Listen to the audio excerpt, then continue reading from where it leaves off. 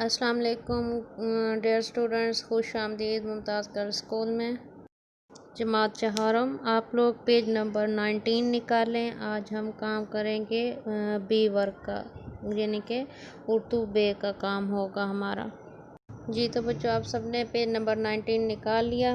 پہلا سوال ہوگا واحد جمع، پھر ہوں گے الفاظ متضاد اور اسم کسے کہتے ہیں، وہ ہم مثال دے کر اس کی وضاحت کریں گے۔ جی تو بچوں، پہلا سوال ہے واحد کے جمع۔ اب آپ لوگوں کو میں نے پچھلی کلاس میں اس کے کچھ اصول بتائے تھے، امید ہے آپ سب کو وہ یاد ہوں گے۔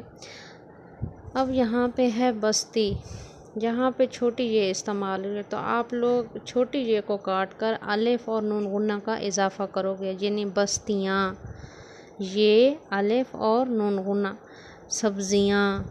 اب جس لفظ کے آخر پہ ہے آ جاتا ہے یا الف آ جاتا ہے تو آپ نے اس کو کاٹ کر بڑی یہ لگا دینا ہے۔ قاعدہ لکھا ہوا ہے تو قاعدے بن جائے گا، نماز نمازیں، اب یہ دیکھیں جتنے یہ حروف ہیں زے رے، ان سب کے ساتھ آپ نے یہ نون غنہ لگانا ہے، خے۔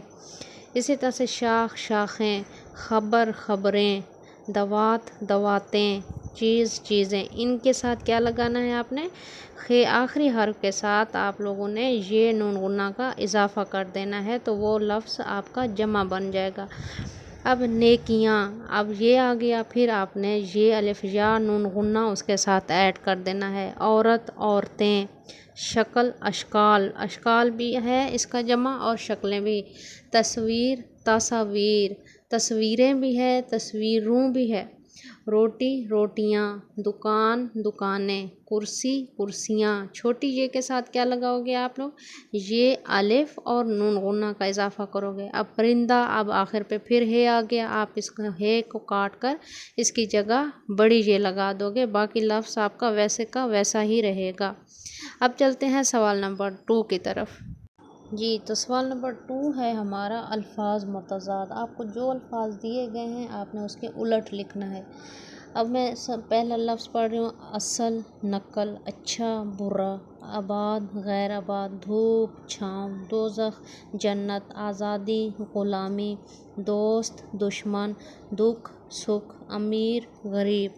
اچھا پھر ہے بے ایمان ایماندار، استاد شاگرد، نرم سخت، سخت کا پھر نرم آ جائے گا، عورت مرد، زندہ مردہ، خوش ناخوش، بوڑھا جوان، رات دن۔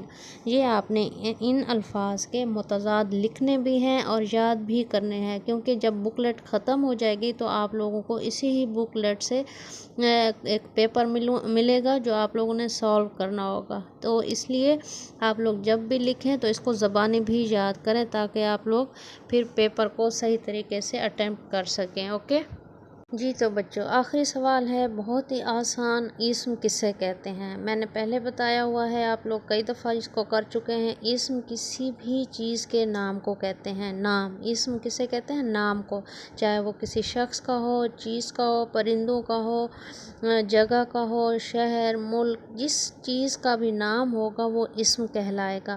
آپ لکھنا اسم سے مراد کسی شخص چیز یا جگہ کا نام ہے، یا آپ اس کو اپنے الفاظ میں بھی لکھ سکتے ہیں۔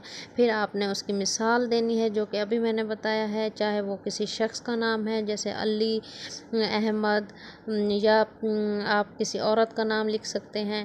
اسی طرح سے جگہ کا نام، جیسے شہر کسی لاہور ہے، ملتان ہے، اسلام آباد ہے، اور چیزیں تو بہت بے شمار ہیں، گڑیا ہے، جوتے ہیں، کتاب ہے، کوئی بھی آپ اس کی مثال لکھ سکتے ہیں۔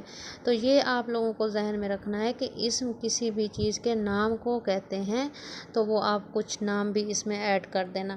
تو یہ تھا بچوں ہمارا آج کا کام، امید ہے آپ کو سمجھ آیا ہوگا۔ آپ اسے زبانی یاد کریں، جیسا کہ میں نے پہلے بتایا ہے آپ کا ایگزام ہوگا اسی بکلیٹ کا، آپ اسے زبانی بھی یاد کرتے جائیں۔ اوکے بچوں، اللہ حافظ، اپنا خیال رکھنا، فی امان اللہ۔